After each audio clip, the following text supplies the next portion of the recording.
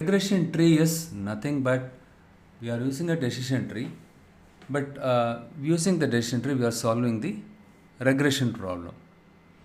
But when you use decision tree, you don't have to validate the assumption. Okay, there is no need to validate the assumption for decision tree. Only for linear regression and logistic regression, we are supposed to validate the assumption. That's what we discussed. While validating the assumption, something like multicollinearity and when you find any multicollinearity, if you address it, that's one way of boosting your model accuracy. Okay, and also you check, are there any autocorrelation is there, or are there any heteroscedasticity is there. In case of anything is there, if you solve them or if you address them, the chances are that your model accuracy can go high. Okay, even if there is a slight increase in your model accuracy, that is good. That is what is expected. And also the outliers, the influential outlier. You don't have to worry about all the outliers. Outliers are there, but the influential outliers you need to be very cautious. So in that kind of situation, if you have let's say you fitted the model. Yeah, this point I forgot to discuss about it. Let's say you fitted the model and you did all kind of tuning, everything. You validated all the assumption, everything is fine. But when you check this one, the model, sorry, the influential points, right? You could notice that. So why is he asking password?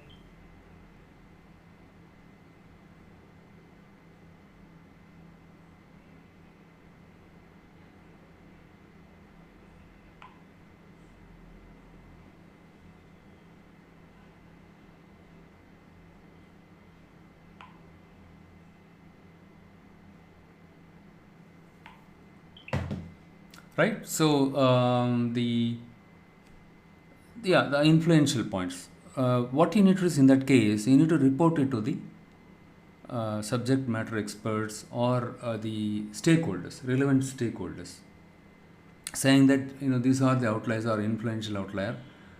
Is this okay if I can remove this and fit the model, right? So ideally you are supposed to remove them and fit the model, but with the influential outlier, if you fit the model and if you make a prediction, your bias will be very high bias. Yeah, we discussed about bias and variance also in the last session, right? So what is bias, what is variance? In simple term, you just think bias is kind of an reducible error. And there are two types of error we discussed. One is irreducible error and other one is reducible error. Irreducible error, as the name suggests, by default when you fit any model, irrespective of the algorithm, whether you use neural network or use support vector machine, use any kind of machine learning model, still you will the model, you cannot expect the model to give you 100% accuracy. There will be some kind of error. Certain errors you cannot address it. Okay, but reducible error, yes, still you can reduce it, like by validating the model assumption in the case of linear regression. Even in the case of logistic regression, when you validate the assumption, if you find any multicollinearity, by addressing them, the chances are that your model accuracy can go high. Right? So the bias and variance, what we discussed, right? We discussed about, yeah, this one, reducible error, right? So these are kind of reducible error. If you, while validating the model, if you find any issues, validating the assumptions, if you find any issues, you can if you address it, thereby your model accuracy can go high. These are kind of a reducible error. Irreducible, you can't do anything, right? It is inherent to the algorithm. So sometimes some algorithms might predict accurately, some algorithms it may not, the accuracy may not be good. Right? So at least try to minimize the reducible error. That is the whole idea of it. Okay, and bias variance trade-off we discussed about, as part of that I discussed about k-fold cross validation. Right, so divide the data set into k-fold subsets of the data, k equal subset of the data, and then iterate your model or run your model across all these folds and find out or note down or record the mean squared error or root mean squared error for each fold, and take the average and take the standard deviation, and similarly repeat for different models. Model 1 include all the features, all the independent variables, and model 2 include only the features which are significant, statistically significant, or the features which are helpful. Okay, henceforth I am going to say higher predictive power. Okay, higher predictive power is nothing but the features that are helpful in terms of predicting my outcome variable. Right, that is what so predicting power, because when you start work on a project, you obviously need to interact with the data scientist, your peers or data scientist, and you will be reporting to other senior data. You should be knowing all these terms, and this is the one most frequently used, these terms. Okay, fine. Now let us get started with feature selection. As part of linear regression itself, I thought of covering this, since you are all quite new into this, right?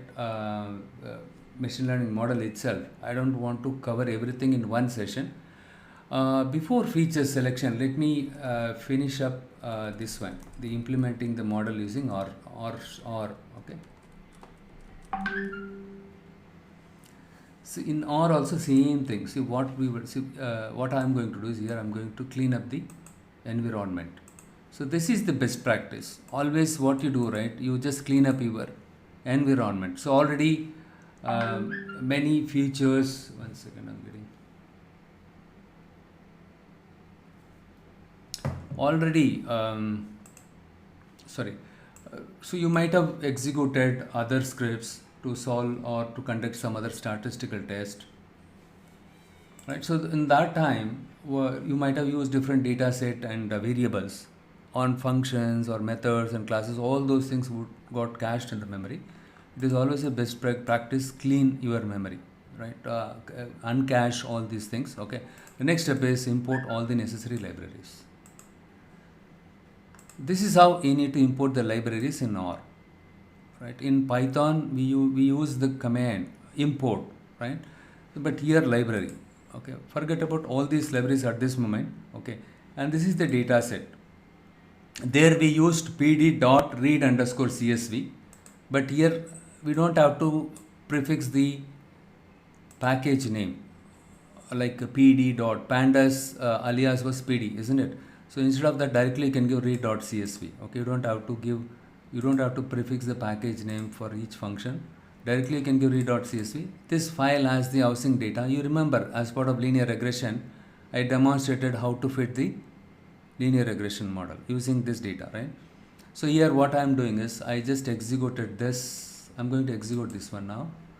Now I'm going to check how many number of columns are there, how many number of records are there, and what is the data type of each and every column.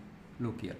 So str stands for structure, right? Structure of the housing data file, data frame. So this is a data.frame. Housing df is now, it became it's not a variable. Okay, this, since you assigned or you copied the content of this file to this variable, it became a data frame.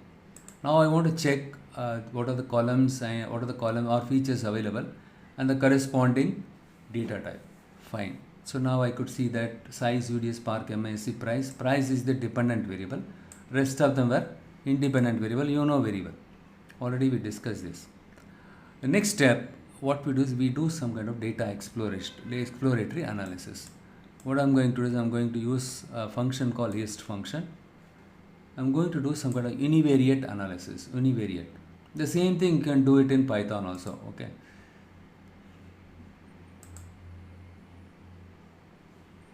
Okay, what I do is, let me attach. We have something called attach command.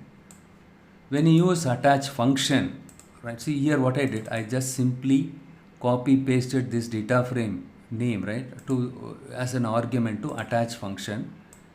When you use the attach function, you don't have to prefix the column name by the data frame name. Okay, you can specify price. Otherwise in OR, what you are supposed to do is housing df $price, housing df $. This is your data frame, right? You don't have to specify the data frame. Supposing you are using more than one data frame, right? Better don't use attach. It will cause some confusions. Or if you are using more than one data frame, if there are no overlapping columns, then you can use it. If you have any overlapping columns, don't use attach. Let us not go in detail about each and every command. At this moment, try to understand everything at the high level. Okay, our whole objective is how to implement linear regression model in R also, right? How to make a prediction. That's all. How to validate the model accuracy. But side by side, right? I will show you what are the steps usually we carry out when we get the data from the customer. Ist price. Histogram. Ist stands for histogram. This is a function. I just plotted this quantitative variable price to check whether this variable is normally distributed or not. This variable is normally distributed or not. Right? Yes, it is approximately normally distributed. In the real world, we cannot expect the bell curve. Okay, you cannot expect the perfect bell curve. It will be something like this, approximately normally distributed. Okay, fine. Now the question is, why should I check whether the quantitative variables are normally distributed? Your target variable, the independent variable price, in this case price is the dependent variable, right? Your dependent variable supposed to be normally distributed in general. Okay, you just keep that in mind when it comes to linear regression. Need not to be exactly normally distributed. At least if it is approximately normally distributed is good. And even the independent variable also, if it is normally distributed, it is good. This is also kind of, okay. We don't see any skewness or flattened tail, right? It is okay. UDS and size, these two are good. When it comes to park, we could see some kind of, right? It is also fine, right? It's not much problem with this one. Next, what I'm going to do is I'm going to use the box plot. So in the case of univariate analysis, as the name suggests, we took each and every independent variable and including the dependent variable, and then we just analyzed the distribution, or we just checked the distribution pattern of each and every variable. The next one is, I'm going to use box plot. Look here, I just used one for loop here. Don't worry about the program logic and all. Understand at the high level now. We will discuss everything in the later sessions. Okay. Look here, similar to like histogram, we use box plot to check the distribution of the quantitative variable. Fine, everything looks fine, but here we could see some kind of skewness is there, and the outlier is there. Anything above, this is the minimum, this is the maximum, right? This is an outlier, we could see that. This is an outlier here. Okay, so anything above the maximum. So in the case of box plot, this one is your minimum, this one is your maximum. Okay, anything above the maximum, see these two observations are just above this maximum. This is your minimum. Anything below the minimum also considered as outlier. But in this case, only these two variables have outlier in it. But we do not know whether these two variables are, these two observations are influential outlier. We do not know. That we need to check it later. We will see to that. The simple idea is, the simple point, what you need to remember is, in case of any outlier is there, we need to address it. Right? So how do I check whether the outlier is there or not? Using box plot we can find out. Fine. Next one is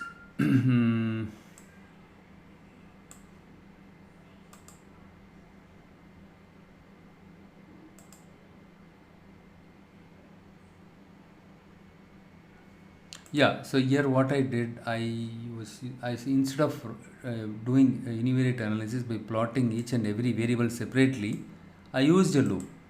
Let's see, if I have 50 variables, quantitative variables are there in my data set. So you'll have to write 50 lines of code, ist of price, ist of size, like this. Instead of that, you can use a loop here, right? Housing df ist, right? So this one will give you everything in one go. So this one histogram. Okay, for column 1, column 2, column 3, column 4. Okay, column name also you can specify it, comma, you can using this index value, right? You can specify the column name also in the x-axis. So next I'm going to use dev dot off. It will reset the par to normal. Here what is happening is the par function, it allows us to display more than one shot in a single row. So you can specify it, 2 rows, 2 columns. Okay. Anyhow, I'm not going to discuss in detail about the technical thing here. I'm going to skip this one also. I'm going to use only this one, check the correlation, because we are going to discuss about feature selection. Look here. So this also we discussed. In Python, we have used heat map. Here we have something corplot function that is available as part of a package called corplot itself. Right? What here I did, I just in Python, I just did the correlation. I used the cor function there, right? CORR, but here COR function. I just passed my data frame. By default, it picks up only the numeric data type or quantitative variable. So fortunately, in our data set, all the columns are quantitative variable. Since it finds the correlation for each and every variable, the combination of the variable, pairs of the variables, try to find it finds the correlation.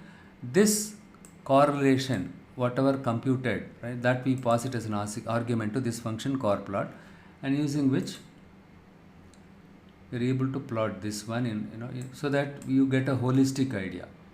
Now when you look at this is the size is the independent variable. Size and price, these two are having linear correlationship. UDS and price, these two are having linear correlationship with with these two variables. And when you look at Park and MISC, the color is not so dark, very light color. Hence, by looking at this itself, we can tell Park and MISC, these two variables are not helpful, or it doesn't have any predictive power in terms of predicting my housing price. These two variables are useless. Better I can knock out from my model. Only if I include only these two as part of my independent variables in my model fit, right, it makes sense. This is called feature selection, right? I have 4 independent variables are there. I don't have to include blindly all the 4 independent variables. You remember in the Python session, when I implemented linear regression using Python, I told you that time.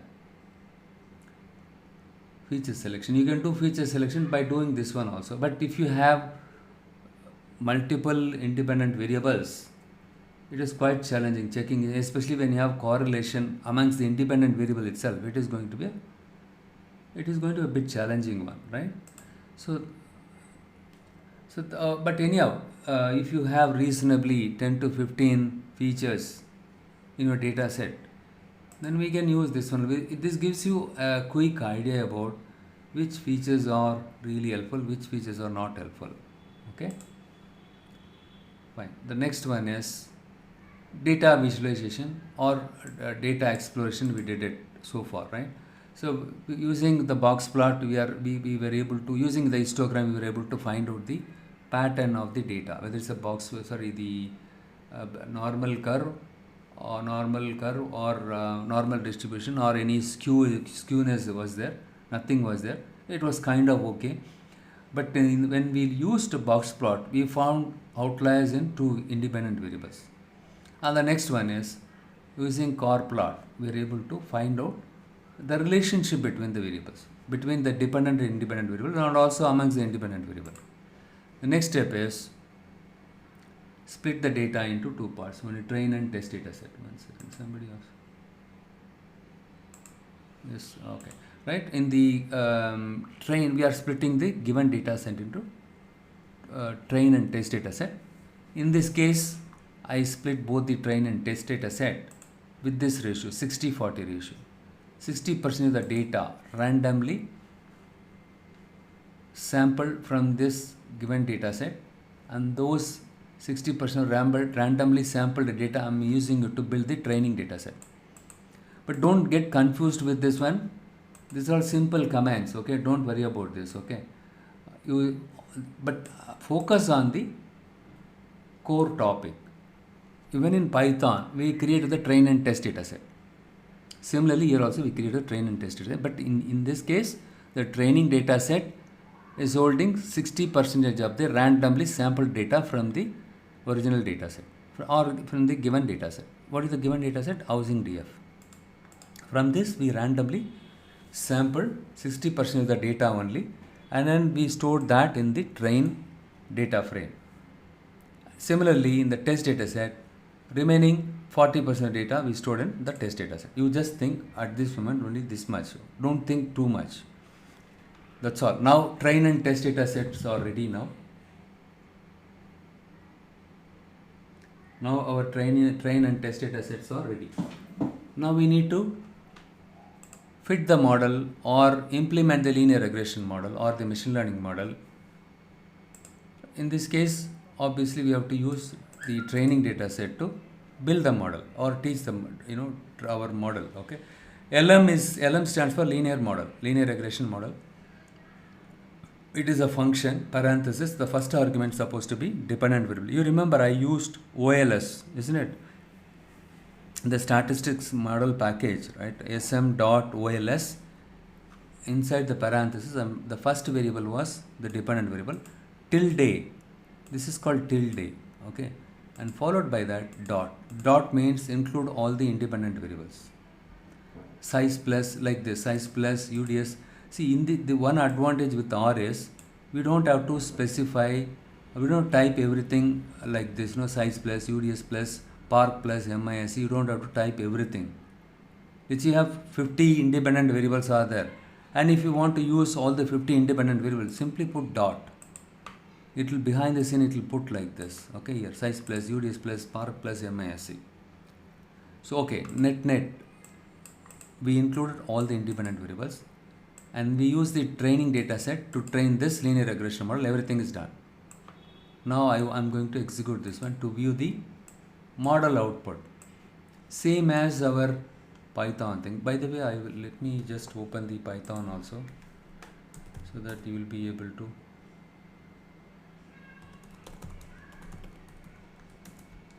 Even when you watch my video later point in time, if I compare side by side, it will be good.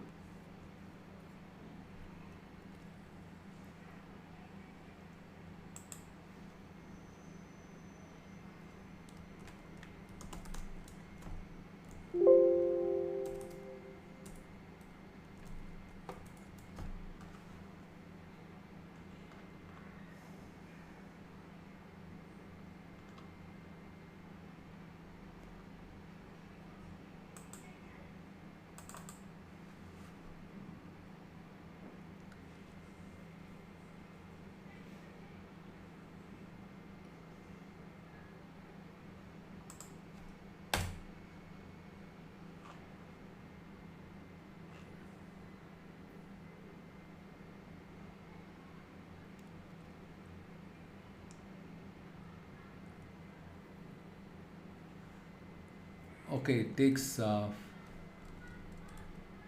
few minutes, don't worry. So using summary function, so this is my model name, in this case housing.fit. This is my model name, summary of my model name. When I give, I can see the output like this. If I compare this one with this one, yes, now we got it. Okay, this is what we discussed. I've used stats models package to fit the model. Look here, SMS stands for, I've given the alias as SMF, stats models formula, right? So here OLS, the first one is the dependent variable, followed by the tilde. You need to give size plus, UDS plus, etc. Okay, dot fit you are supposed to give. Okay, but here you don't have to give dot fit and all. Okay, directly you just do housing, whatever the name you want, you can give it. It not necessarily you are supposed to specify dot fit and all. It can be any name. Okay, fine. The next one is summary of your, within this function, pass this as an argument, your model name. Model name is housing.fit. In my case, when I pass this, I could see the residuals, and I can see the residuals, and the first one is the formula that we use to fit the model, right? The dependent variable and independent, whatever I used it, we could see it there, right? The second one is residuals. Residuals, I could see that the 5-number summary, minimum, maximum, first quartile, third quartile, median, that I can see that the maximum error was 2.929, the minimum is negative value is there, right? Negative value is there. So this is the one, the residual section, right? It provides the summary statistics for the errors in our predictions, some of which are apparently quite substantial, right? So few of them are substantial, right? This is kind of the residual is equal to the actual value minus the predicted value. That is what the residual. In our case, the maximum error is 2.92. It is kind of okay, right? So what is 2.9299? So what does it say? Is this with this what we can infer? Does that mean my model is under predicted or over predicted? What do you think this one? 2.929. And the next one is the intercept, all the coefficient values. Intercept 3.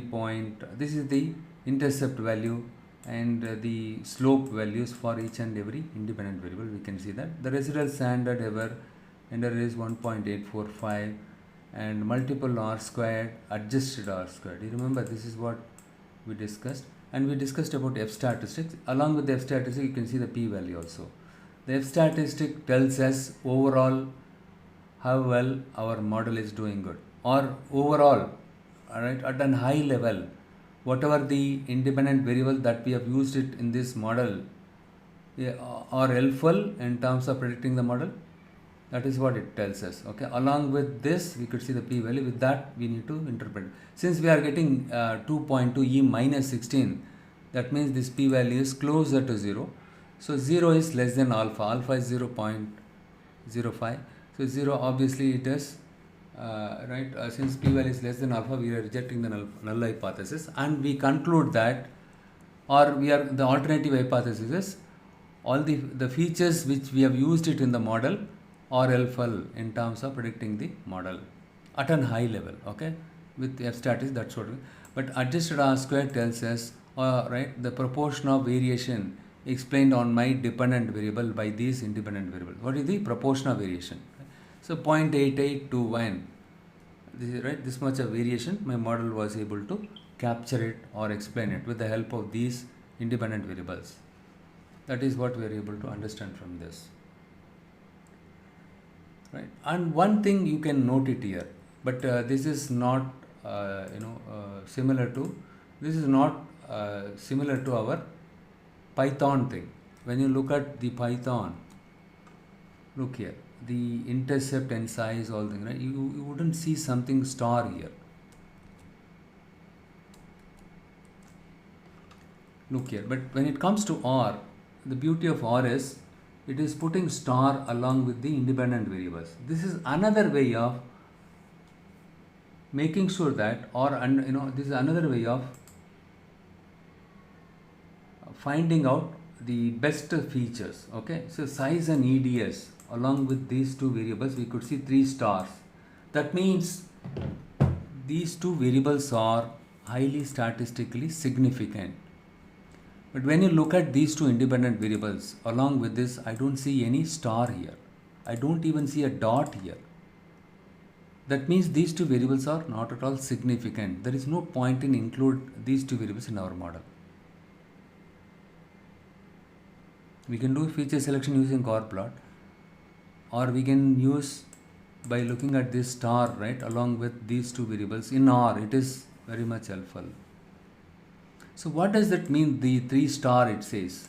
For that, he has given the legend here. Okay, so if you find 3 star, right, so 3 star, we'll start with let me do one thing. I'll start with 1 star, 2 star. So here in this case we have 3 star. If I have 1 star, what does it says? Even if you have 1 star along with this independent variable, that variable is helpful. You can include it in the model. Even if you find dot also, right? Even it has little bit predictive power. You can include that in the model. If you don't see anything, then see here you don't see any star, any dot, even a single star we don't see here, even a dot we did not see it here. Okay, now what does this 3 star says? 3 star here it says, so it's simply 1 minus 0, you can also find out 0.001, 99.9, right? 99.9 percentage confidence that these two variables are significant.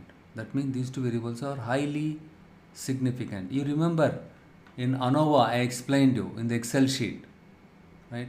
We just looked at the p-value with the here also p-value is there. With the p-value also you can see, even in this case the p-values are very less. It is some closer to 0. It is nothing but 0 only.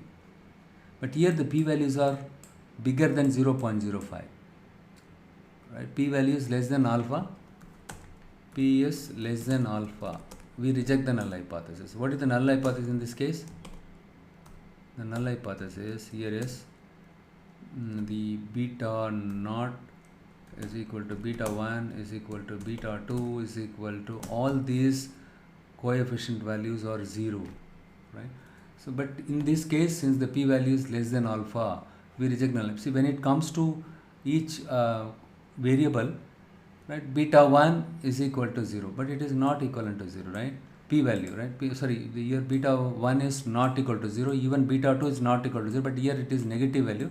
Here somewhat 0.00 is there. The values for the slope coefficients are not 0. Initially we are assuming that it is 0, null hypothesis. Since p-value is less than alpha, we reject the null, and we conclude that the slope value is not 0. That means these variables are significant, helpful, right? So these two variables. But when it comes to this one, when you look at this, right, this one is the p-value is not less than alpha. P-value is greater than alpha. See here, I'll just one second. Alpha is nothing but 0.05. Don't forget it. Okay. Since the p-value is less than alpha, these two variables are significant. These two variables are non-significant. Okay. Going back to this one, triple star says with 99.9% confidence that these two variables are significant. Supposing let's say if you find 2 star, that means 1 minus 0.01, so 99% confidence. This gives you the confidence level, 99% confidence that these two variables are confident. But in this case, in our case, 99.9% confident that these two variables are highly significant. And the single star says 95% confident. The single dot says 90% confidence. 90%, 95% confidence, 99.9% confidence. That is what it says. Confidence level, something like, right? Confidence level. 99% confident that these two variables are significant. We are very confident that if we include these two variables in our model accuracy is good. Fine. Some extent you understood the output of this model. The next one is predict function. I'm going to use the predict function. The predict function, look here, in this case, did I use predict function? Yes, we use predict. Once you build the model, you have to use the predict function to make a prediction on your test data set. Oh yeah, here I did not do any prediction, right? But when I used the linear regression class, right? So in this case I did the predict. I use look here, predict function. But in this case, model dot predict. You need to use the model dot predict, right? So see, don't think model is the reserved word. It is not a keyword. Okay, you can use whatever name you wanted. But since here you need to use fit method, right? You need to invoke this method from this class, right? You need to specify this is a reserved word here, fit function.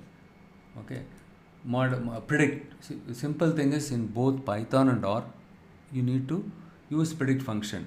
Okay, using predict function, we are applying the trained model on the unseen data in simple term. Okay, I did this. The test data set itself, I create a new column called pred. Now this one is holding the predicted values for test data set, right? I applied this model on this unseen data. The predicted housing price got stored here, and I can use the confint also, confidence interval, using which I can find out this one. See, what does this standard error tells here? This is your estimated intercept value, coefficient value. This also, what does the standard error tells? Even if you build a model with a different sample, right, what is the error you can get, right? What is the error? If I use one sample, I'll get some error. You remember I'm talking about the error residual, right? Variation. Okay, if you use one sample, you will get one error. And if I use, let's say Rishik has given me one data set. With that data set, if I build a model, sample to sample, the error will vary. What here it says is, even with different sample, you can expect to see this much of error. This is the standard error. At this moment, you just think about it. Okay. So next one is confidence interval. You remember, we manually computed the confidence interval. We don't have to compute manually. All you need to do is you need to use the the function name confint, and pass this model as an argument to it. It gives you the confidence level, the size, the slope of the slope value for the size varies between 0.04 to 0.05. That means if you give any sample, the actual population size slope, right? Population slope will fall anywhere between these two. Right? So the range of values, right? Using confidence interval, we can find out. Fine. But now we learned how to build a model, how to predict a model.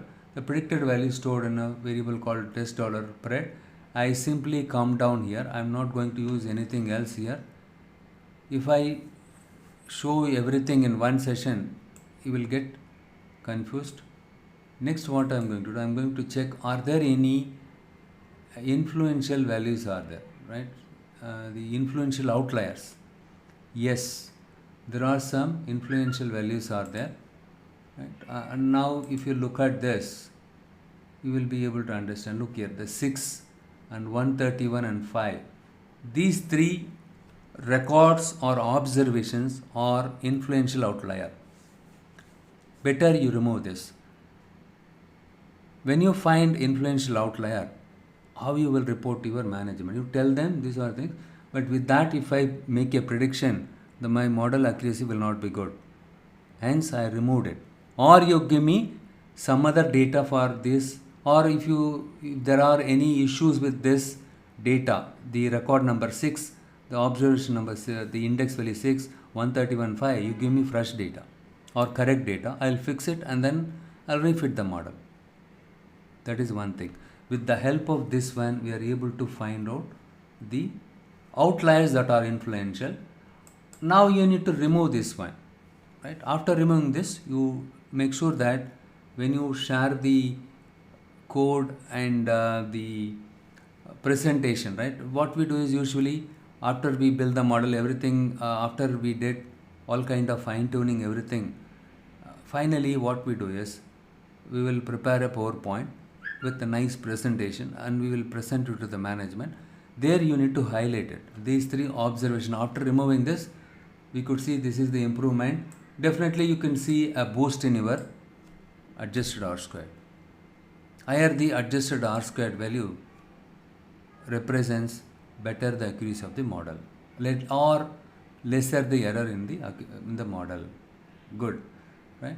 So this is one way of improving your model accuracy.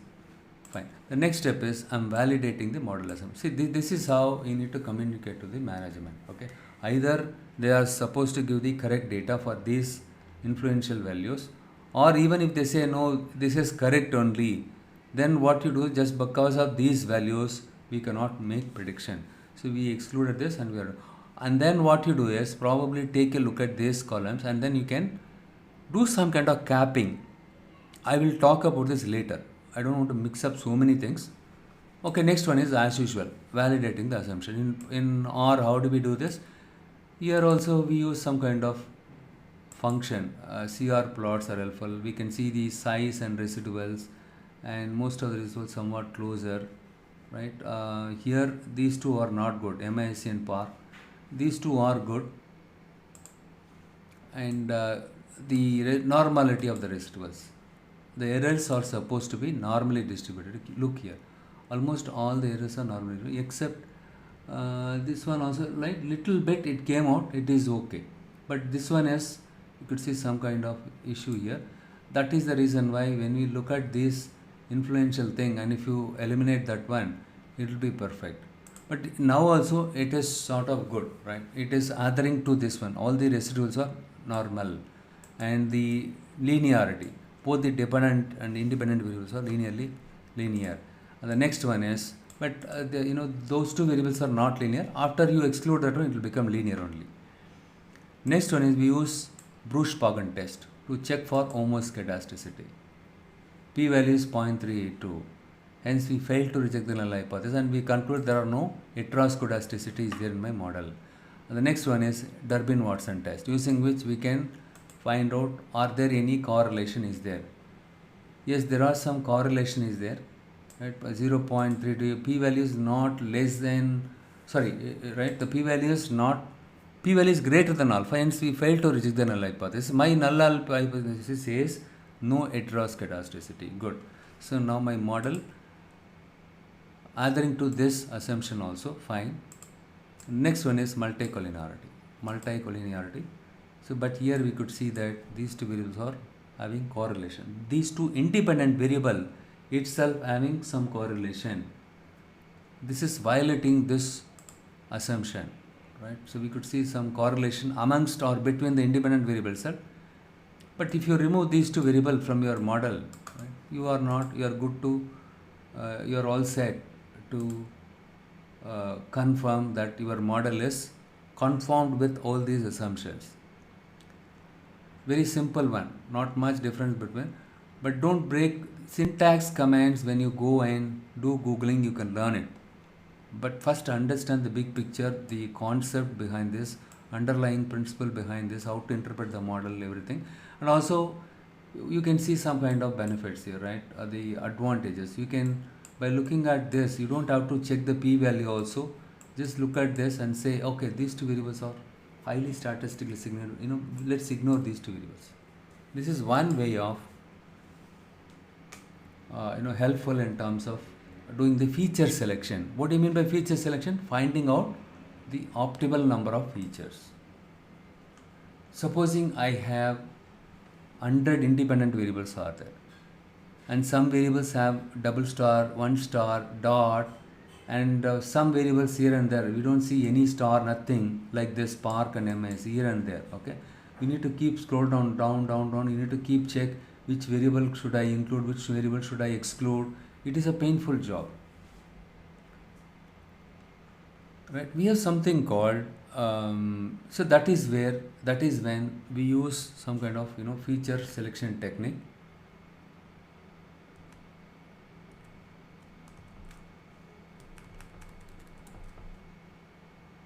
We use different types of feature selection techniques are there. Feature selection is nothing but which all independent variables have higher predictive power. In other words, which all independent variables, or which independent variable should I include my model, right? So when you do feature selection, you will get to know that, okay, which feature should I include in my model, right? So you need to include the relevant features in your model, right? The features that are relevant to your dependent variable, which all features are helpful in terms of predicting your outcome variable. And also you need to remove the redundant features also. Relevant features and redundant features, right? You need to find out which features are actually helpful in terms of predicting your model in predicting your model outcome variable. So what is, first of all, what is feature selection? Feature selection is a process of selecting a subset of relevant features or predictors from the given set of independent variables, right?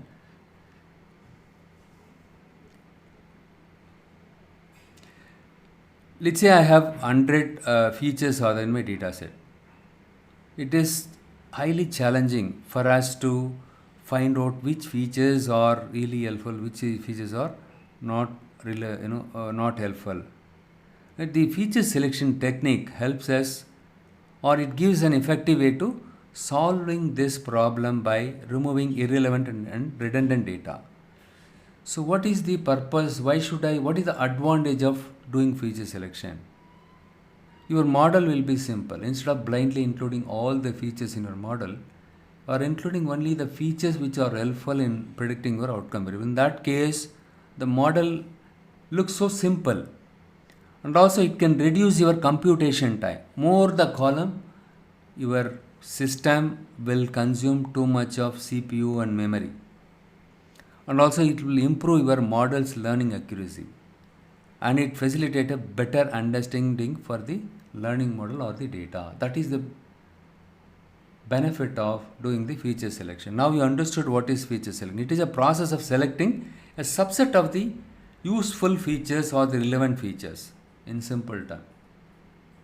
So what are the techniques that are available, or what are the best practice that I can do? You need to identify outliers and influential points. Maybe you need to exclude them at least temporarily, and in any transformation of variables that seem appropriate. For example, if you do some log transformation, on some variables, if that can improve your model accuracy, then you can do so. We will see that this and all. Okay, what is log transformation little later. And redundant predictors to be removed to explain the data in this simple way. Right? Why to select the best subset of predictors, right? Unnecessary predictors will add noise to the estimation of other quantities that we are interested in. It can add some noise, right? The degrees of freedom will be wasted. And the collinearity is caused by too many variables. And cost, if the model is to be used for prediction, we can save time and money by not measuring redundant predictors. These are the benefits of doing the feature selection.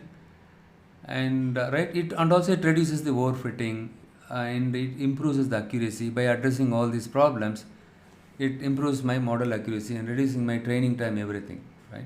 From the high level, there are 3 types of selection methods are available. Feature selection methods are available. One is filter method, the second one is wrapper method, and the last one is embedded method. In the case of feature selection, right?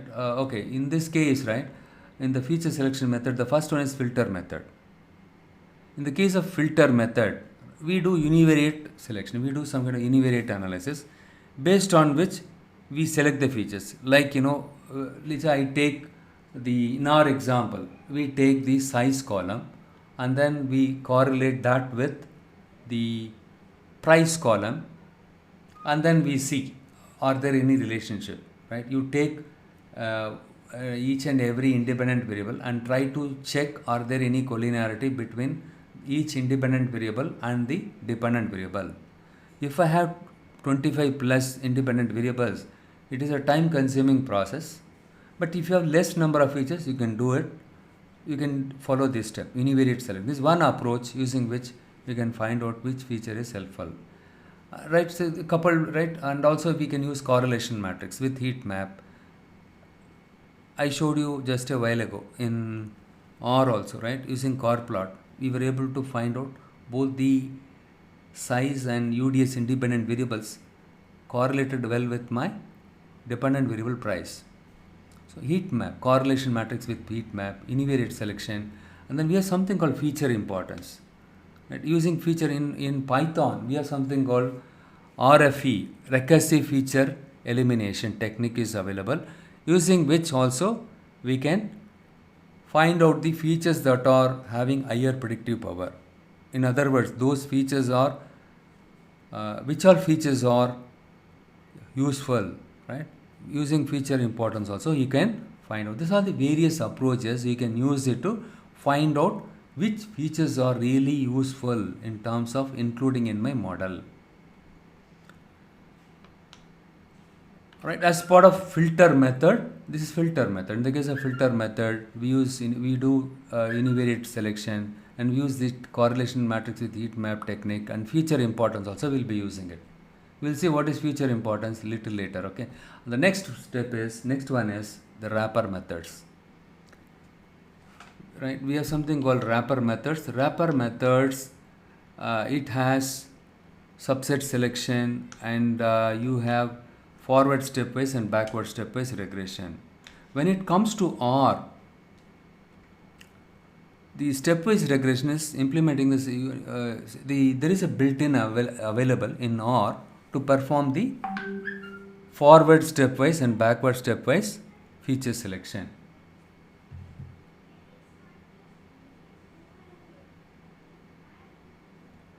Yeah, no problem. Right, so you need to do, so in R we have a built-in function that is available, using which we can do forward stepwise and backward stepwise. And apart from this, we have subset selection. The subset selection also takes a longer time.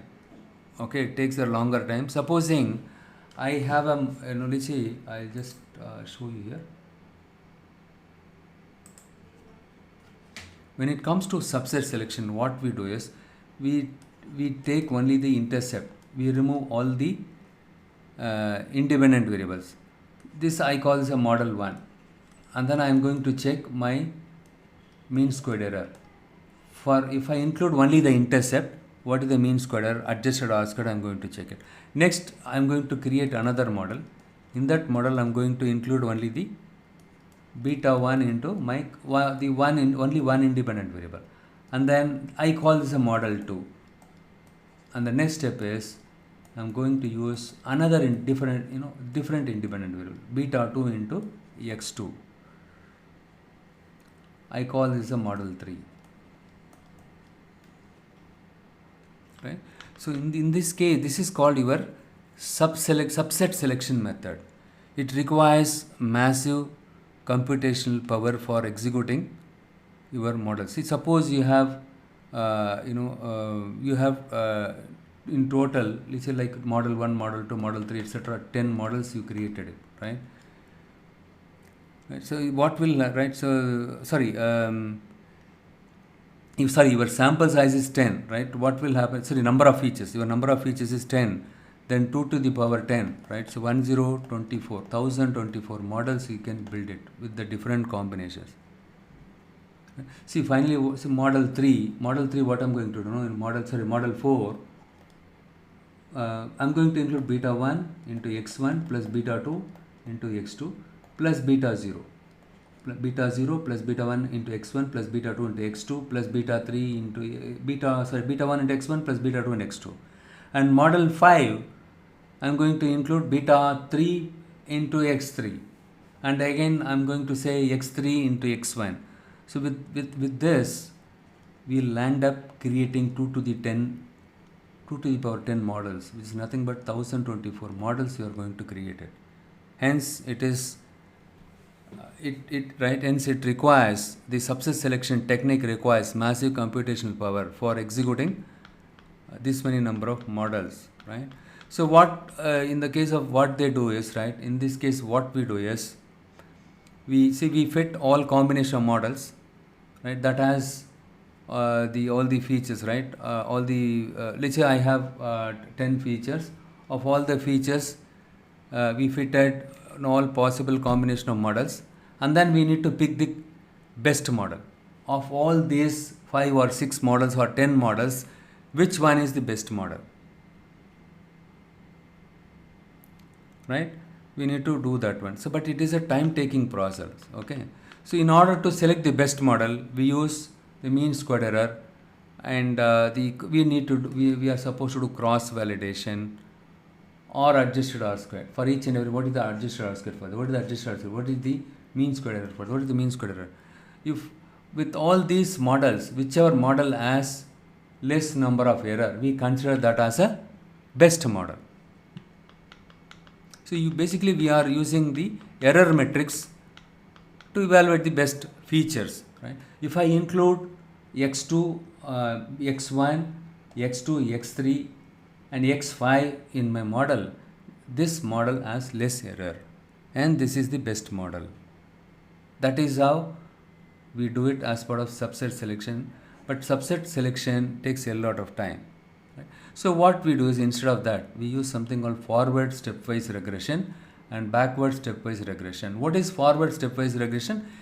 When it comes to forward stepwise, initially we start with the null model, y is equal to beta naught, and then the model, this technique will keep add one after another variable x1, and it will check, right, for this what is the RSS, residual sum of squared error, R squared, by doing cross validation, right, with all the 10 folds. What is it?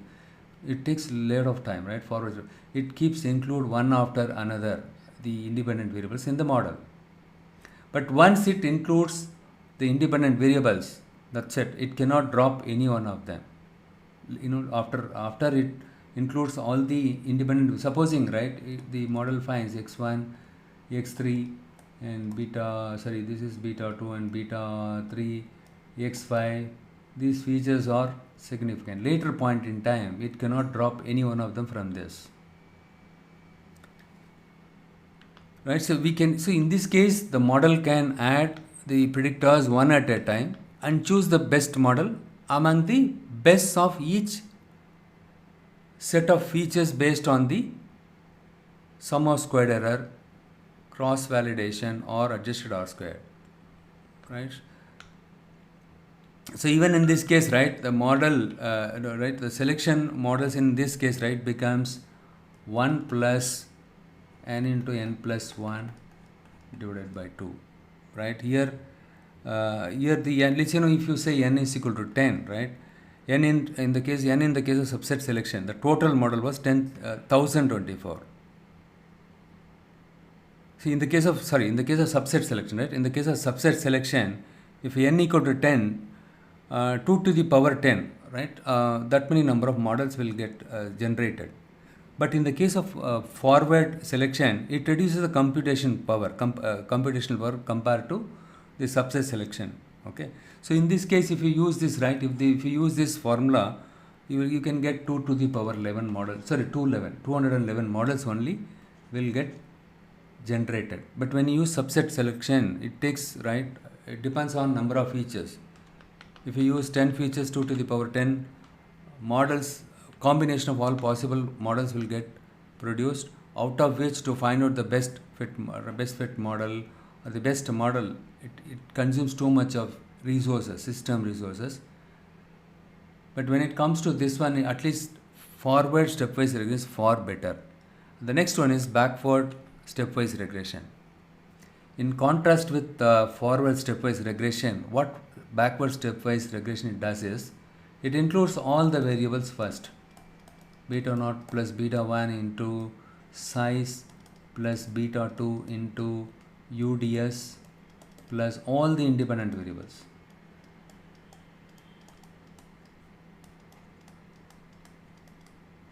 Price for all the independent variables, it includes in the model upfront, right? And then what it does is, it start with, see in this case, right, it start with dropping one predictor at one predictor at time, right? First it will include all the variables, and then in the second iteration, what it does, so iteratively it drops one variable at a time. So here it drops this variable, and with this combination, how well my model predicts, right? How well my model predicts. Okay, and then it checks, okay, now this is fine, and if I drop this, what is my model accuracy? The sum of squared error, sum of squared adjusted, everything will check. It is somewhat similar to forward selection only, when it comes to the computation power. Okay, but this is what called as RFE. In Python, the RFE, the feature importance you can identify using the RFE. This is called, RFE stands for recursive feature elimination. Recursive feature elimination, recursive feature elimination. I just go to the Python thing here.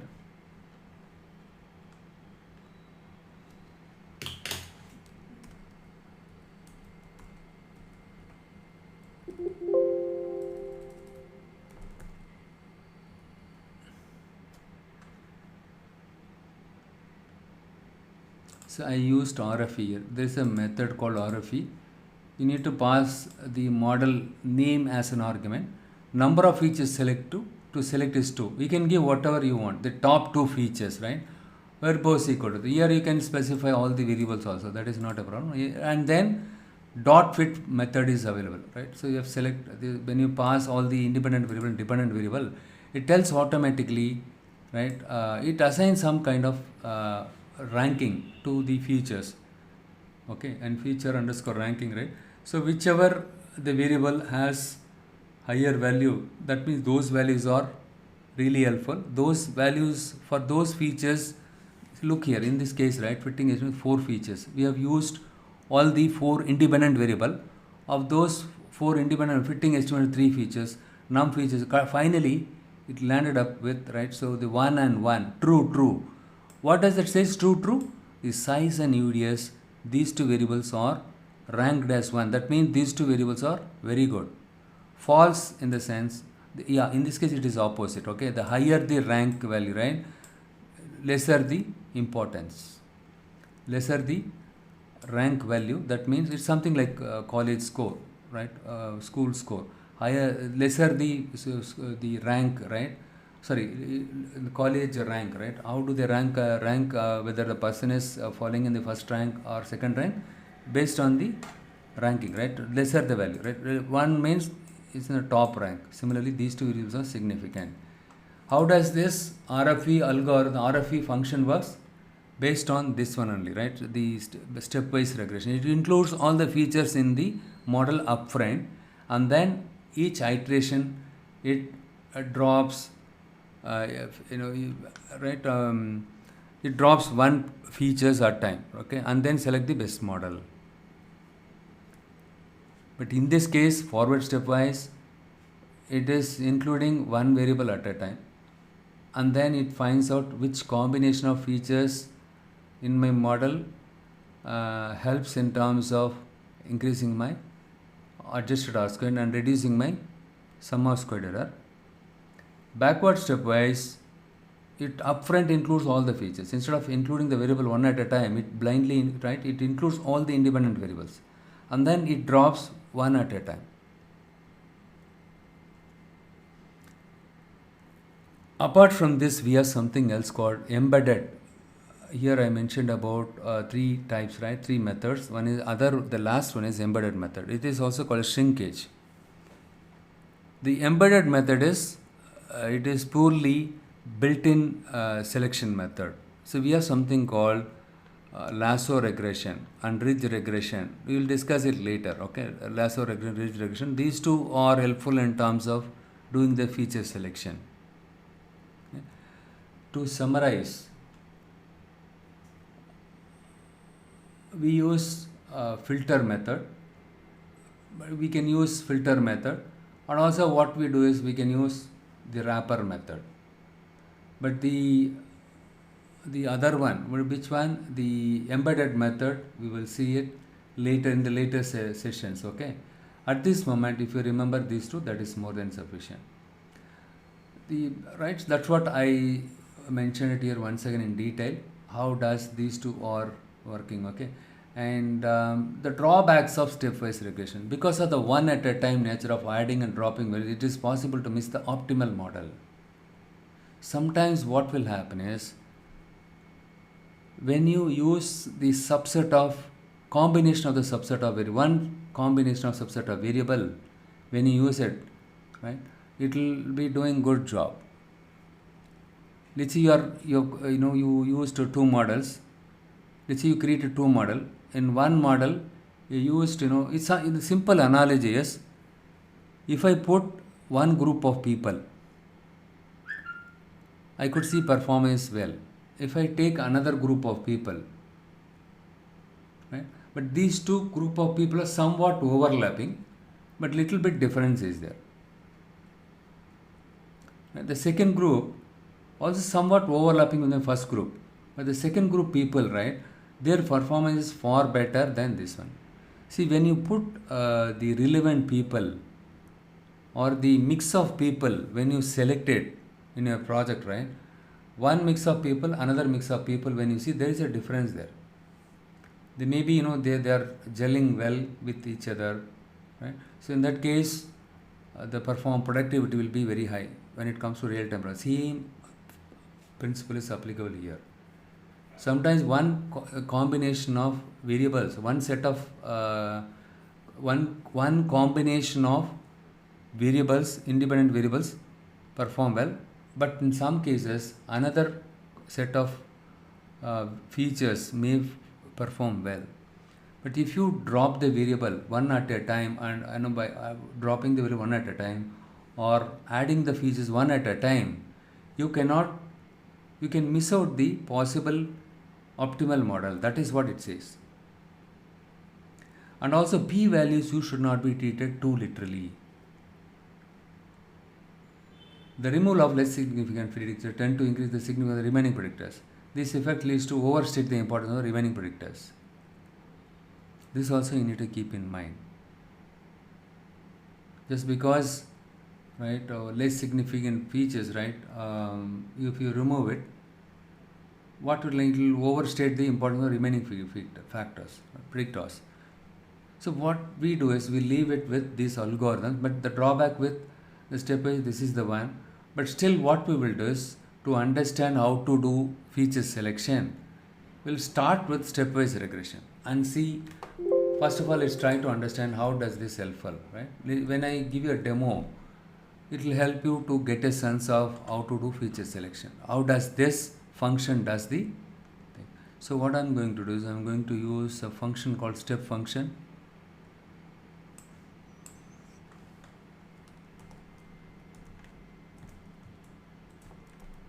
Step AIC and step, these are the functions are available in R. That is the beauty of R. See, this function is built in. You don't have to manually create any function similar to this one, stepwise regression. But when it comes to Python, you don't have the step function is available. Step, for example, I'm going to use step. Step is the function, and my model name housing.fit. I just simply put this and I'll execute this. Using stepwise regression, we'll see how my model is doing the feature selection. Look here, in this case, my model included all the independent variables. And then the second iteration, it excluded the MISC independent variable. And it included only the remaining 3 independent variables. And gradually, right, and the next iteration, we could see that it included only size plus UDS. And it tells us the last one, whatever we are seeing, right, this is the one is recommended by the stepwise regression itself. Hey, use this model. With this model, your error will be less. Right, your error will be less.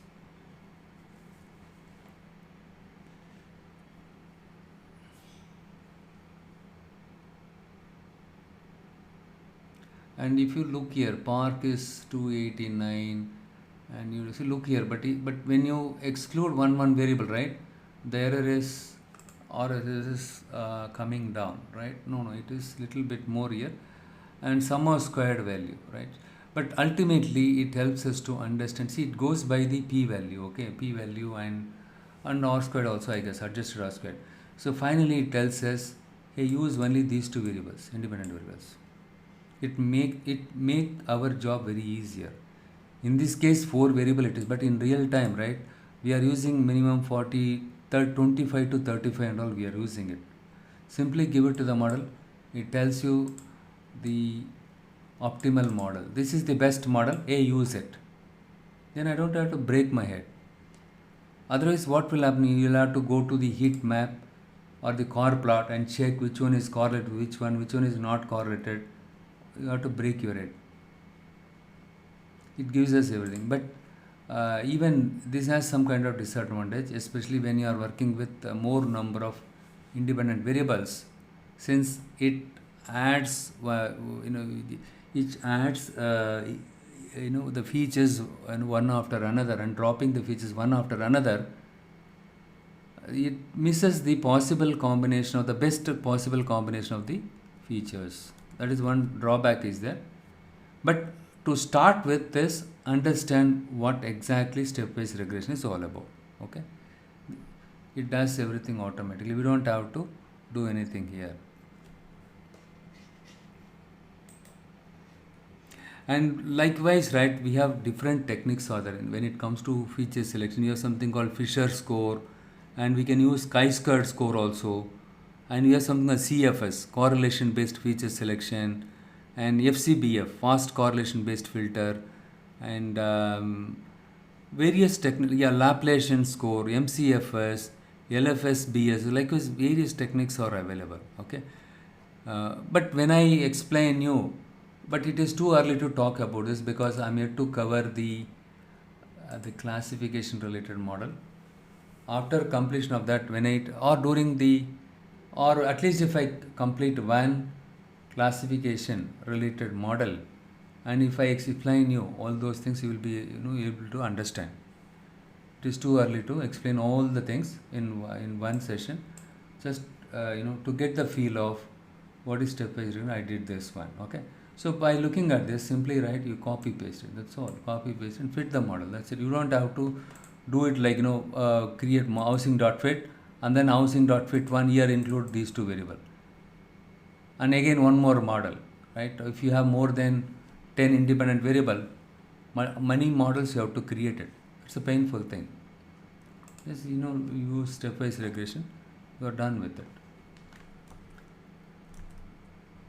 So that is, hope you understood how to do feature selection. But in the case of Python, RFE is available. RFE is based on the backward stepwise regression. It includes all the features upfront, and then it drops one feature at a time, and then it finds out with the, let's say it drops one feature, and then it checks with the combination of the existing features what is my error, and then it tries to drop another independent variable, and then it checks each and every iteration. It checks the mean square error or the correlation, the cross validation, adjust everything. It checks, and then finally it gives us this one.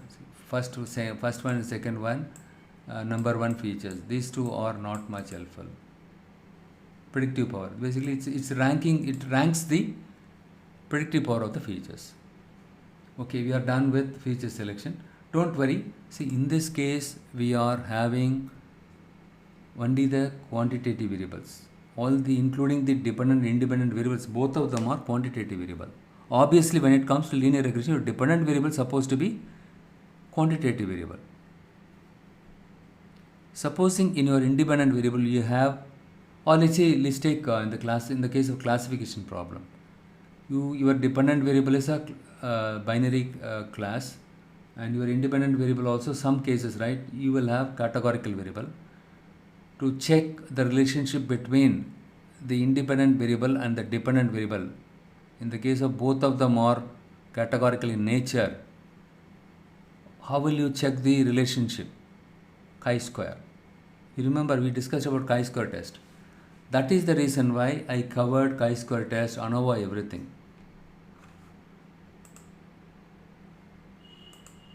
Okay. Fine. So now we are done with the feature selection part. You understood some extent. In Python, we don't have forward stepwise regression, but still you can write your own function to implement the forward stepwise regression. But there is no built-in function like step in R, right? It is not available in Python. Here also you can specify forward. Look here, you have some option is available. Forward, right? You have something called direction. Direction is equal to option is equivalent to, if you want to do only forward, right, forward stepwise regression, you can do it. You can specify this one. See, forward step, it includes all the features, right, not much helpful. And then you have something called backward stepwise regression. Backward stepwise regression is helpful. Look here, right, it is eliminating the feature one at a time, and finally it tells us to use only these two independent variables. Sometimes what you can do is you can use both, but by default it is using both the forward and backward stepwise regression. Hence better you can use it like this.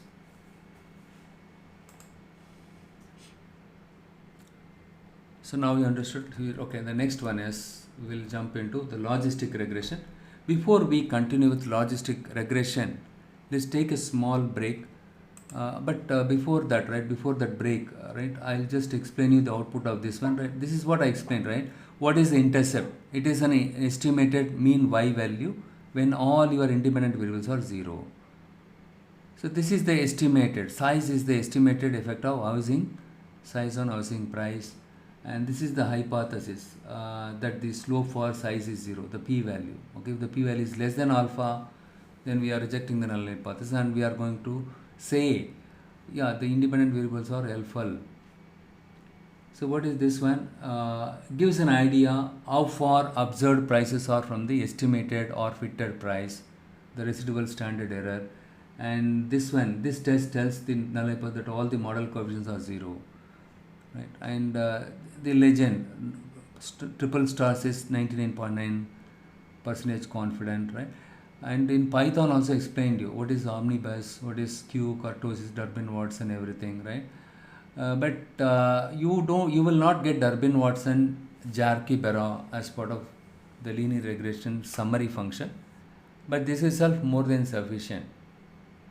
But still, we will have to conduct the Durbin-Watson test. Bruce-Pagan test is not there here in this case, but still we have to do. But if you have Durbin-Watson here itself, you don't have to conduct the Durbin-Watson test. Look here. One way it is reducing our burden, right, our time in terms of conducting a separate additional test. If it gives everything upfront, it is good. Simple thing is, even in R, if they give like this exhaustive summary, if they produce it, will be helpful, right. All the assumption related test value if he gives, it makes our job easier. Probably you can write your own function and implement it. Okay, let's take just 5 minutes, we'll take 6 minutes break. Now it is 10:21, right. 10:27 we will circle back. In the meanwhile, you just think about it or analyze whatever I discussed it. By 10:27 sharp, we will start with logistic regression. Okay, hope it is good, because if I continuously tell you everything, right, you will get confused. I'll just make it, I'll pause this.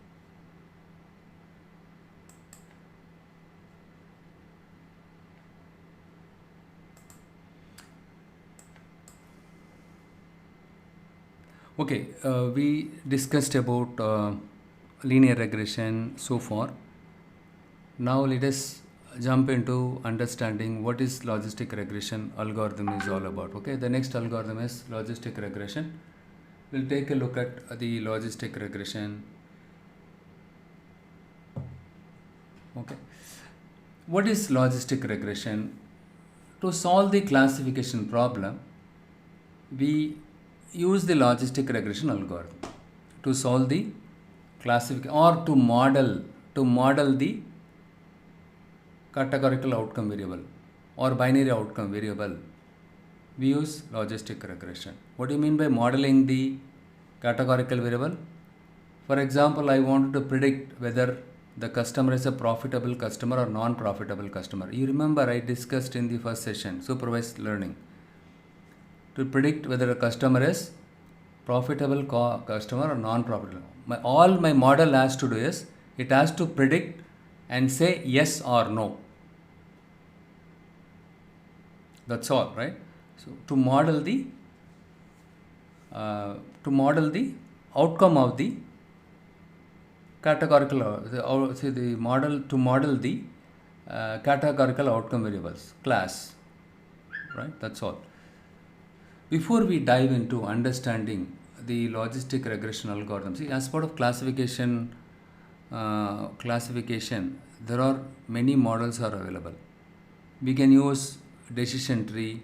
Decision tree itself is something called random forest, XGBoost, extreme gradient boosted decision tree, gradient boosted machine, and we have something else called neural network, support vector machine, k nearest neighbor, Naive, likewise many algorithms are available using which also we can solve the classification problem. Usually what we do is start with logistic regression. Like in the case of linear regression, in the case of regression problem, we started with linear regression. Even in the case of regression, to solve the regression problem, a lot of algorithms are available. Since linear regression is a very simple one, usually start with linear regression algorithm. Slowly we will or gradually we will learn the advanced algorithms. Similarly, when it comes to classification problem, we'll start with logistic regression algorithm, so that to understand the other algorithm it will be easier. Okay. Before we dive into understanding logistic regression algorithm, let's first try to understand what is probability and odds. What is a probability? School time we studied, right? The number of favorable outcome divided by total number of possible outcomes. Number of favorable outcomes divided by total number of possible outcomes. Let us supposing I toss a coin. What is the total possible outcome? Either I can get head or tail. There are two possible outcomes, right? It can be either head or tail. What is this one? Number of favorable outcome. Supposing I wanted to check what is the probability of getting head, right? Probability of getting head. So the head, right, 1. So out of the two possibility, only one head is there, right? 1 divided by 2. My favorable outcome is head, right? Head is only one time you can get it in one single toss. So 1 divided by 2, there is a 0.5 probability. There is a 0.5 probability I can get head. There is a 0.5 probability I can get tail. What is probability? Likelihood. It is a likelihood of an event occurs, right? What is the chances? We usually use this term. What is the chances? What is the percentage of chances that I can get promoted in this cycle? And what are the chances in terms of getting salary hike? What are the chances that I can get laid off? What are the chances that stock prices can go 50% more than last 1 week's price? Chances, likelihood. But usually in our day-to-day life, we use percentage, right? Can you tell me in terms of percentage? There is a 80% chance you will get promoted. If your manager tells you, that means there is a higher chances that you will get promotion. There is a 20% chance only you can get promoted, man. The chances are very slim. They will tell, right? The likelihood. What is the likelihood of an event happening? That is what probability. So just to see, right, we have to quantify the probability. The probability values are, unlike percentage, the probability values are always lies between 0 and 1 only, right? For example, the probability of getting head is anywhere between 0 and 1 only. Okay, 0 and 1 only. It cannot be less than 0. It cannot be more than 1. Please keep that in mind. This is very important. Your probability value cannot be a negative 1. It cannot be more than 1. It should be bounded between 0 and 1. This is the rule 1. Rule 2 is the sum of the probabilities of all possible outcome is 1. Sum of the probabilities of all possible outcomes. What do you mean by sum of the all possible outcomes? What is the probability of getting head? 0.5, isn't it? The next thing is probability of getting tail is also 0.5. The sum of all the possible outcomes, if you add all the outcomes, right, it should it should boils down to 1. It should not be more than 1, it shouldn't be less than 1. That is what it says. The sample space, the list of all possible outcomes, that is nothing but universe. In the universe, you are there, me, I am there, and everybody is there, right? This is called your universe, your sample space. In the sample space, all possible values will be, a head will be there, tail will be there. When it comes to coin cost, these are the two possible, all possible outcome, right? This is what all possible. You just remember the probability is nothing but number of favorable outcomes to the total number of possible outcomes. This is what probability. Very simple. When the probability value is 0, between 0 and 1. Even if you forget this one, let it be there. This is important. Next, we will see something called odds. Odds. So, what is odds? The probability of an event occurring divided by the probability of an event not occurring. If I specify it like in terms of equation, P divided by P over 1 minus P. So, probability of an event occurring, or probability of success divided by probability of failure. We can say that's all. Or we can usually what we say probability of success, the probability of not getting success. The value of this odd ranges from 0 to infinity. You need to remember this. The probability ranges between 0 to 1. The odds ranges between 0 to infinity.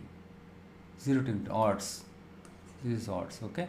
P divided by, this is the formula. Probability of success, or you can say probability of failure. 1 minus, or probability of success divided by 1 minus probability of success. This is what odds. In order to understand this odds, let us work out on this simple quiz. If the probability of winning is 6 over 12, what are the odds of losing? Here he has given it in probability. We need to answer it in terms of odds. The probability of winning is 6 over 12. What are the odds of losing? What is the answer here? Hello? Am I audible? Let me just check if I unmuted, right? Okay, fine. So here, right, simply just concentrate it, okay, 12. This is total possible outcome, right? Out of the total possible outcome, the probability of winning is 6. Then what is the, let's say, if you, you tell me in terms of probability, forget about odds. The probability of winning 6 over 12. And what is the probability of losing?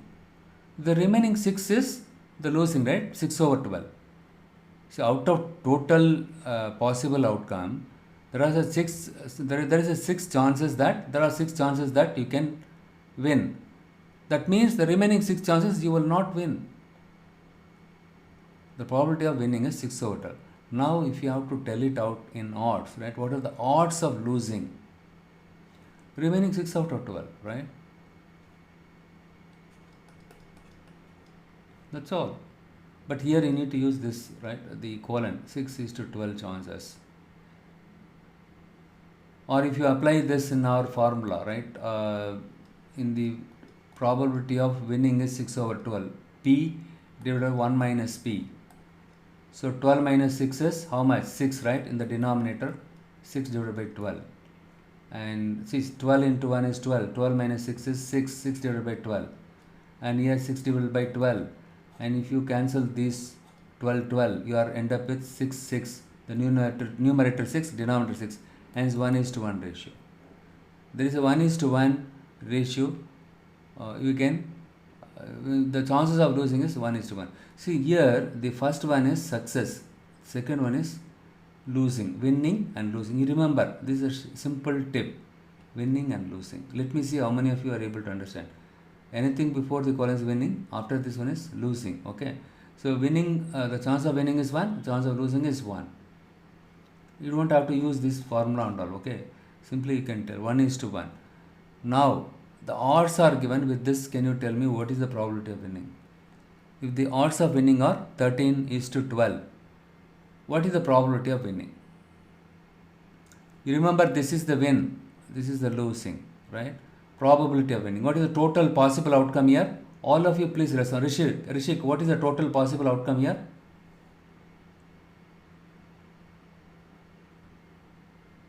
If you concentrate here, definitely you would have answered it by now. What is the total possible outcome here? I mentioned very clearly, winning, the chance of winning is 13, chance of losing is 2. What is the total possibility? What is the total possible outcome here? 15, right? 15. And probability of winning is 13 out of 15 is the probability of winning. Tell me, what is the probability of losing? Can you please tell me? Yes, make it more interactive rather than making this. Even if when I hear this video after the recorded session, right? I could see that very monotonic thing here. Can someone tell me what is the probability of this? I gave you everything. Please open up. Make mistakes. You will learn. Only when you make mistake, you will learn. Don't be shy. Rishik, are you there? Rishik or anybody else? He is not there. Rishik is not there. Okay. And yeah, he is there. Shah Sampath, right? Rishik or someone, tell me what is the thing. Prakash, Gopi, Senthil and Sampath, Shiva.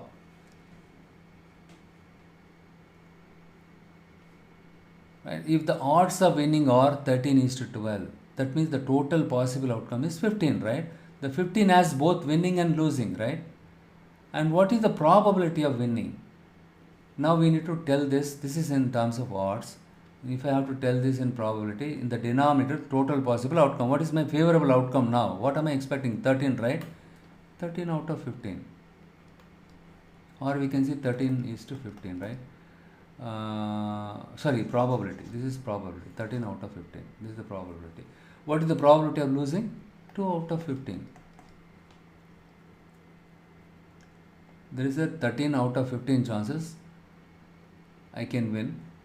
There is a 2 out of 15 chances I may lose. Okay, now you tell me, if the odds of winning are 3:8, what is the probability of losing?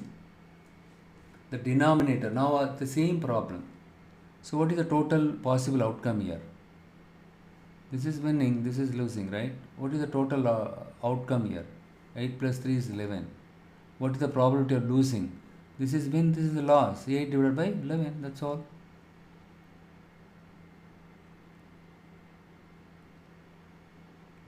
Okay, 8 divided by 11. This is the probability of losing. Now, if the probability of losing is 6 over 8, what are the odds of winning? Right?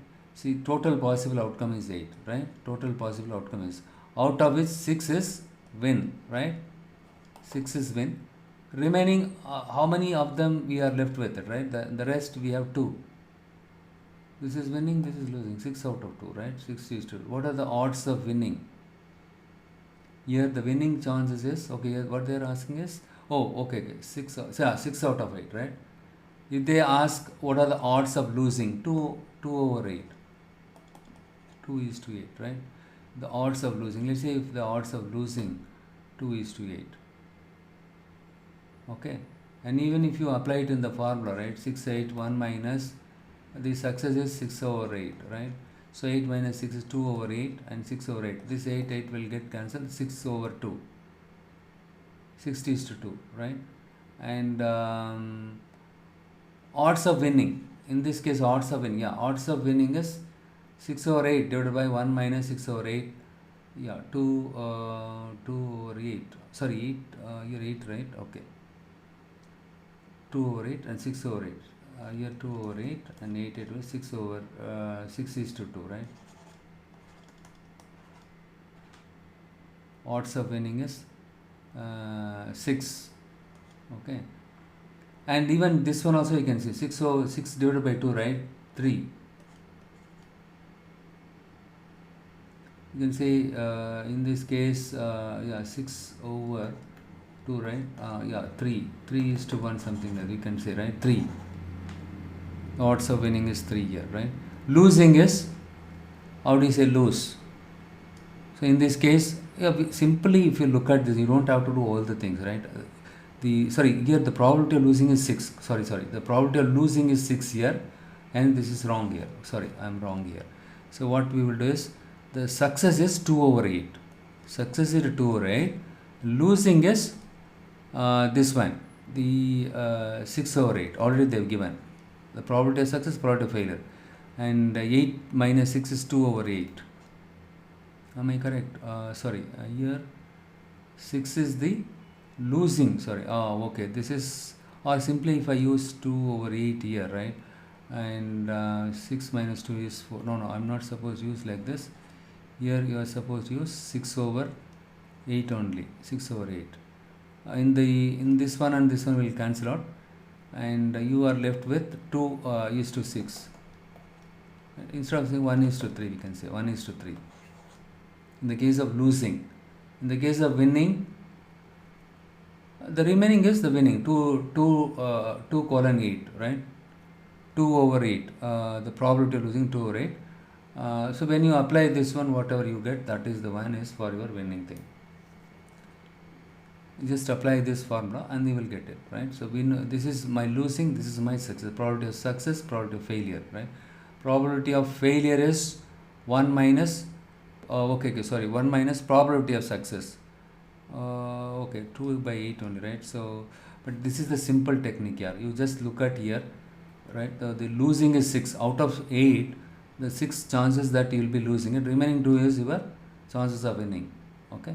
So the odds of winning is 2 and 2 colon, already 6 they are given, right? 2 colon 6. Chances of winning is 2. Chances of winning is losing is 6. When you add these two things, you will get 8. Now you understood, right? This is how you need to find out the odds. Next, we will understand what is logistic regression is all about and what formula that we are supposed to use it in terms of fitting the logistic regression model. Before that, let's try to understand, before we look at the equation, the logistic regression equation, let's try to understand the big picture.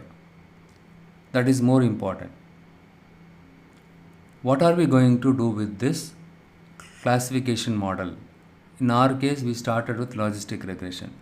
Many business problems and decisions that deal with understanding or estimating the probability associated with certain events or behaviors. Right? For example, the loan is one of the most important products of the banking. What are the products a bank offers? Checking account, credit card, loans and mortgage, overdraft, savings account, car loans. Likewise, they offer various products. Of all these products, the loan is also one of the important products of the banking. The two most critical questions in the lending industry or banking are, how risky is the borrower? These are the two important questions. Okay, given the borrower's risk, should we approve the loan? How risky is the borrower? There will be a risk. Even though the borrower is a well-off person, still there is a risk. Given the risk, should we approve the loan? These are the two critical questions will be asked by any lending industry or a lending company, right? Lender.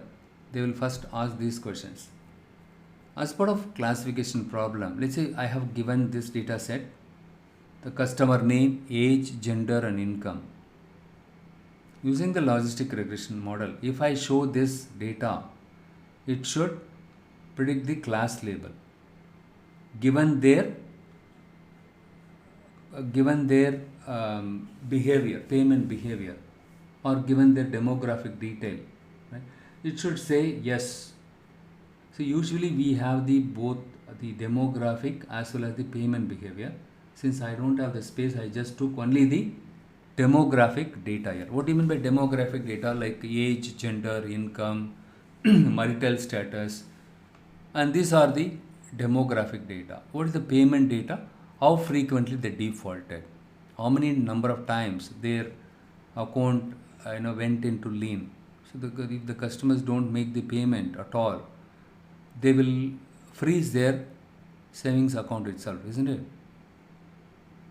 How many times their account went in for lien, and how many number of times they defaulted. Right? So those are the payment behavior. In addition to the demographic and payment behavior, when you show the data to this algorithm, to my machine learning model, in this case logistic regression, it has to assign the class label, yes, no, yes. Now the question is, if I show only the input variables, how come my model logistic regression assigns the class label? Because I trained my model with the historical data. My historical data has both input and output variables in it. It's something like I already trained my model. If this problem is there, this is the solution. This is the answer. In simple way, you just think that way. Okay. The input features or not, these are all the input features. Already I trained my model. If the person with this income and if the customer is a male, if this is the age group, they are profitable. Already I trained. You remember in supervised machine learning we discussed the same thing. Now, if I apply my trained logistic regression model on this data, it has to predict, it has to assign the class label. Let's say model assigns, let's say I apply my train my model on this customers and it says yes, no, yes. This customer is a predictable, profitable customer. This customer is a profitable customer. This customer is non-profitable customer. Apart from assigning the predicted class label to this target categorical variable, it also helps us in assigning the probability. Okay, you are saying that this customer is a profitable customer. What is the probability that this customer is a profitable customer? Or in other words, right, what is the probability that this customer will not default? There is a 0.87 probability the customer will not default. Supposing my model says or assigns the class label as yes, that doesn't mean the customer will not default. Along with this, if I get to know the probability, it gives me more confidence. Profitable customer, but how confident am I? In addition to that, if you quantify in terms of probability, there is a 0.87% probability this customer is not going to. Supposing another case, yes, my model assigned the class label as yes for this customer, and if the probability that the customer is not going to default is, let's say, 0.5. Even for 0.5 probability, my model assigned the class label as yes. If I don't have probability, what will happen?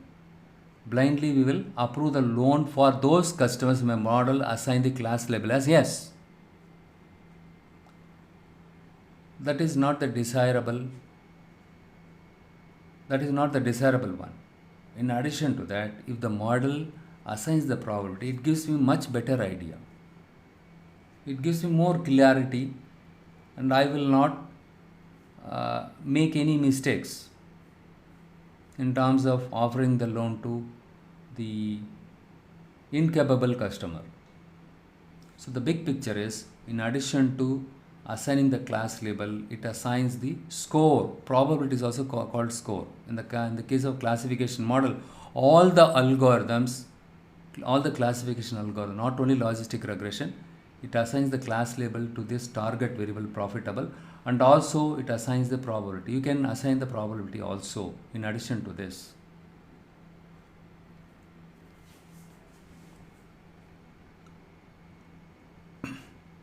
So logistic regression is used when the dependent variable is categorical, obviously. So in our case, in this example, the categorical variable is profitable. Yes or no. Right? This is the categorical variable. This is the dependent variable. In order to predict the dependent variable profitable, I need the independent variables. In the case of linear regression model, if you recall, the response variable was a quantitative variable, the continuous outcome variable. Housing price is a numeric variable. Using the independent variable, in the case of linear regression model, using the independent variable, we were able to estimate the or predict the continuous outcome variable, the numeric variable. In the case of logistic regression, instead of building a predictive model to predict the outcome variable directly, when it comes to logistic regression, it models the log of odds. See, if you look at the equation for the logistic regression, this is the logistic regression equation. On the right side of the logistic regression equation, you can see the beta naught plus beta 1 x1. It is same as our linear regression model. The right side of this equation is similar to our linear regression model. When you look at the left side of this equation, it is not same as our linear regression model. In the case of linear regression, we had y on the left side of this equation. With this, with this combination of variables, we are able to predict the housing price directly. But here we cannot predict the target variable directly. Instead, we predict the target variable. So in this case, ideally it has to predict the class label, or it has to predict the score, probability score.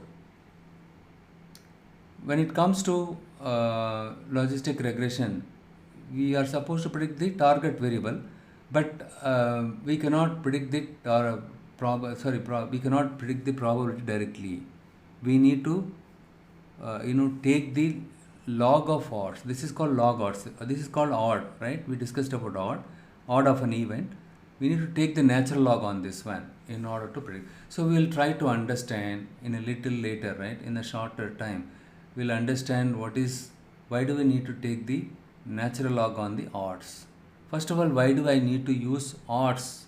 Right? Can't I odd of an event? Can't I directly make a prediction, or can't I predict the probability directly? We know very well probability value ranges between 0 and 1. Can't I simply assign 0 or 1, or in between 0 and 1?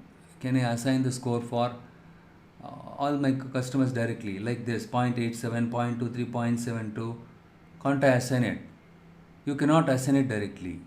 You cannot estimate the probability directly. We'll see why.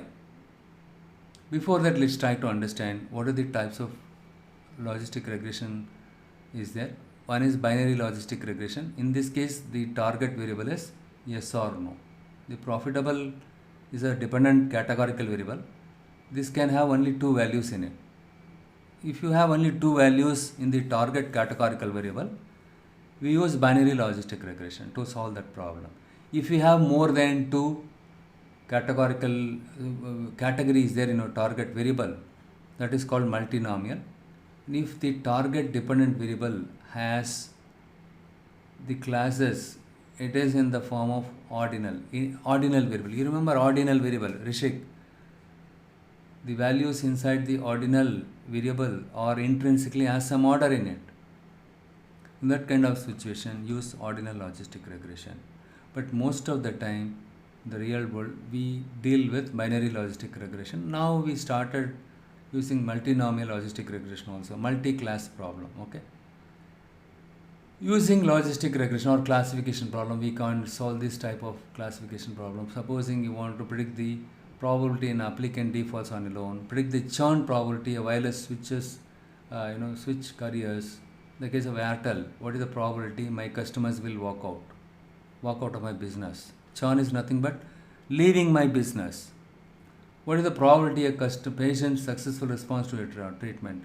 See, when we take our parents or elderly people to hospital, we ask this question: what is the success rate? If my mother or father, if they undergo this surgery, what is the success? What is the chance of success? Right? So we'll ask them all these questions, right? Similarly, using this algorithm, we can solve this kind of business problems. Customer subscriber term deposit or not? What are the chances the customer will take a housing loan with us or not? Right? Now let us try to understand the difference between linear regression and logistic regression. In the case of linear regression, we use the target variable as continuous. For example, you can predict the height and weight with the help of the independent variables. Okay, and then in the case of logistic regression, we predict the target variable which is in categorical nature. Okay, and the next one is the difference between linear and logical. The coefficient interpretation of independent variables are quite straightforward. You remember, right? Yeah, 1 unit increase in the size variable, the dependent variable is expected to increase by so and so percentage, right? So and so times. When it comes to logistic regression, it depends on the family that we use it. The interpretation is bit different here, but more or less same. But here we are estimating the probability. What is the probability my customer is going to leave my business? What is the probability my customer is going to, instead of saying probability, what is the log odd that my customer is going to leave my business? A 1 unit increase in customer support call, there is a 6.2 log odds the customer is going to leave my business. The interpretation is different. The model outcome interpretation is different between the linear and logistic regression. The linear regression uses the OLS method to estimate the parameters. What do you mean by parameters? The beta naught, beta 1. The model intercept and slope coefficients are estimated by the OLS method. The logistic regression uses maximum likelihood estimation technique to estimate the parameters. Instead of using the OLS method, here it uses maximum likelihood estimation. What do you mean by maximum likelihood estimation? It determines the parameters that are most likely to produce the observed data, somewhat similar to my observed data. For example, already I trained my model. My historical data has something like, you just think this is historical data, okay? When my model predict the target outcome variable, let's instead of looking at the class label, let's look at the probability, okay? My model predicts, let's say, okay, we'll take this one. Here, instead of yes or no, I have 1 and 0. 1 means yes, 0 means no. So 1, 0, 1 is there. My model predicted the probability for this customer is 0.92 or 0.87, 0.72. But the MLE, what it does is somewhat closer to the 1 and 0. It will it will assign the probability. You just think that way, okay? That is what maximum likelihood estimation it does. But if you want to take a deep dive in MLE, it takes longer time. It's a bit complex one. But if you remember this much, if you are able to understand this much at a high level, that is more than sufficient, okay? And when it comes to the assumptions, linear regression, logistic regression assumption, you don't see the dependent variable and independent need not to be linear, okay? And the error terms do not follow normal distribution, obviously, because in the case of linear regression, the target variable is normally distributed. But here in the case of linear regression, the errors, nothing but the residuals are normally distributed. That is one of the assumption. Here, it is not normally distributed. Error terms do not follow normal distribution. We'll see why. The error terms are not independent. The error variance are heteroscedasticity and multicollinearity. Yeah, this is applicable. When it comes to logistic regression, you need to validate this assumption, and you don't have to validate this one. And this one also not required, and do not follow normal distribution. But only thing is multicollinearity, you need to check it, okay? That's all. And here the independent variables are linearly correlated with the log odds ratio. That is the one you need to, but in simple term, the logistic regression does not need a linear relation between the dependent and independent variables, because it is a binary distribution. The target variable, if you plot it, either will have 1 or 0. 1 means yes, 0 means no. Why do we have to use logistic regression? What is the difference between linear and logistic regression, apart from all the things, okay? I discussed about the error terms do not follow normal distribution. Error terms are not independent. And why it is not independent? See, what we will do is, right, this one we will continue this Saturday, upcoming weekend, okay? Because many of them, they dropped out from this call because they have some office calls, other things, okay? By the way, thanks for joining this session. We'll take a deep dive in logistic regression, and the upcoming weekend we will finish up including the implementation part. Okay, R and Python, how do we implement this? How do we assess the model performance? Everything we'll see it in the upcoming weekend. Okay, fine. Does it sounds good? I thought of continuing for another 15 to 20 minutes. Since most of them I could see that they want to drop from the call. Okay, we'll, for the benefit of others also, we will continue this weekend.